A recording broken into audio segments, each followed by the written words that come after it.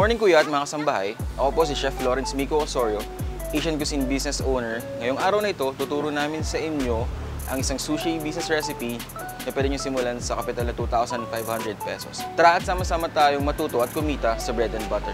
Una natin gagawin yung sushi rice natin. Ito pinakamahalaga sa sushi. Ito yung suka natin, Japanese distilled vinegar. Kapag binili namin siya, tinitimplahan na namin siya ulit. Parang niluluto namin ulit yung suka. Tapos ang paghahalo ng rice, hindi siya dapat pinipiga. Para mo lang siyang hinihiwa gamit yung sandok. Ang una natin gagawin, salmon maki. Ang karamihan na pagkakamali ng mga gumagawa ng sushi ngayon, bumabawi sila sa rice. Sobrang dami ng rice na nilalagay nila sa nori, tapos na-overpower na yung lasa ng sushi mismo. Dapat matakpan lang yung nori, okay na. Approximately 80 to 100 grams lang yung rice na nilalagay.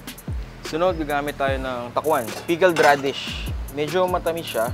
Nung nag-start ako, ang mga ingredients binibili ko lang sa specialty market dito sa Bulacan. Tapos nung nakaipon na ng puhunan sa Cartimar, Pasay, doon po kasi ang bagsakan ng mga Asian ingredients. Yung mga hotels, doon kumukuha. Isa pang importante sa pagro-rolyo, yung unang tiklop. Medyo isisil nyo na siya sa unang tiklop pa lang. Tapos tsaka nyo na siya kukortehan sa pangalawa at pangatlong ikot.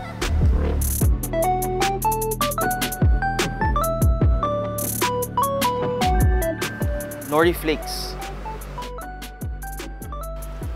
Sa mga isda naman, pwede naman tayo maghanap sa palengke, yung mga local suppliers natin. Tatakpan lang natin siya ng salmon sa ibabaw. Tapos ngayon iko-korte na lang natin siya gamit yung sushi mat natin.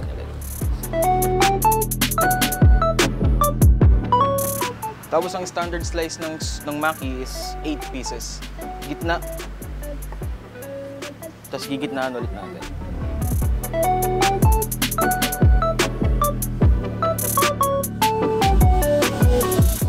Tapos, ito yung homemade sauce natin. Sa lahat ng Japanese or Asian cuisine, pwede kayong gumawa ng sarili nyong sauce. Tare kung tawagin. Sa mayonnaise naman, ito, laging kada roll natin, iba-ibang mayonnaise. Tulad ditong sa salmon, meron tayong white miso mayonnaise. Tapos ngayon, i-torch na po natin siya. Ang tawag dito sa Japanese is aburi. Kaya sa kahoy ko siya ginagawa kasi yung usok ng kahoy nakakadagdag din sa lasa sa dulo. May smoky accent siya. Ito yung ating salmon aburi maki. Ang next na gagawin natin is yung crab maki. Bale, ganun ulit. Kukuha tayo ng approximately 80 to 100 grams na rice.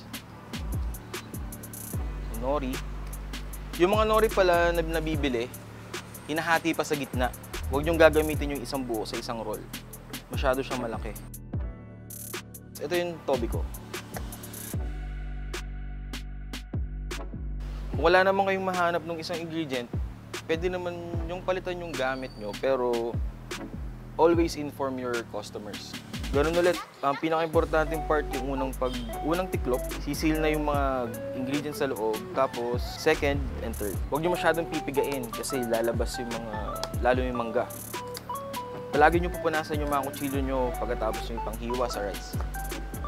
Pag natuyo kasi, tumitigas. Yung wasabi pala natin, yung wasabi powder gagamitin nyo kasi mas mura yun at mas marami. Yung toppings ng kada roll. Isip na lang din kayo kung ano ang bagay na toppings. Kada flavor kasi iba.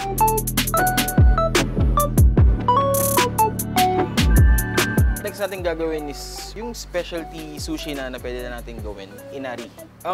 Itong inari is tofu na minarinade, pinirito, tas binutas sa gitna.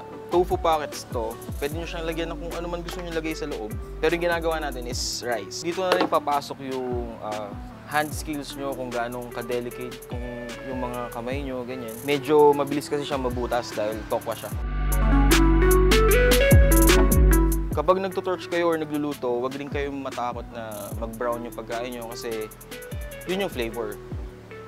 Ang pinaka dapat inaaral dito especially sa Japanese cuisine or kahit ano sigurong cuisine, knife skills. Dapat hindi kayo takot sa kutsilyo, alam niyo yung tamang pag-handle at yung tamang kutsilyo para sa trabaho. Ito yung finished product natin ng inari, salmon at crab, 4 pieces.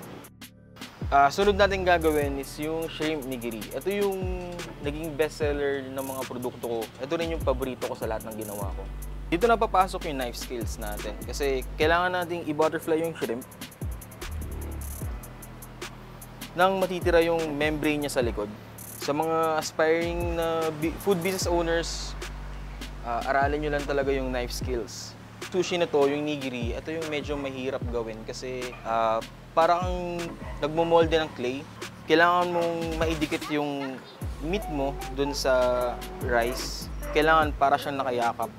Kailangan alalay lang sa puwersa. Hindi siya pwedeng gamitan ng diin masyado kasi masyado magiging compact yung rice, titigas. Kasi sa food business naman natin kasi importante talaga yung ma-maintain mo yung quality. Wag na wag yung sasacrifice yung quality ng pagkain para lang makatipid. Ito naman yung shrimp nigiri natin.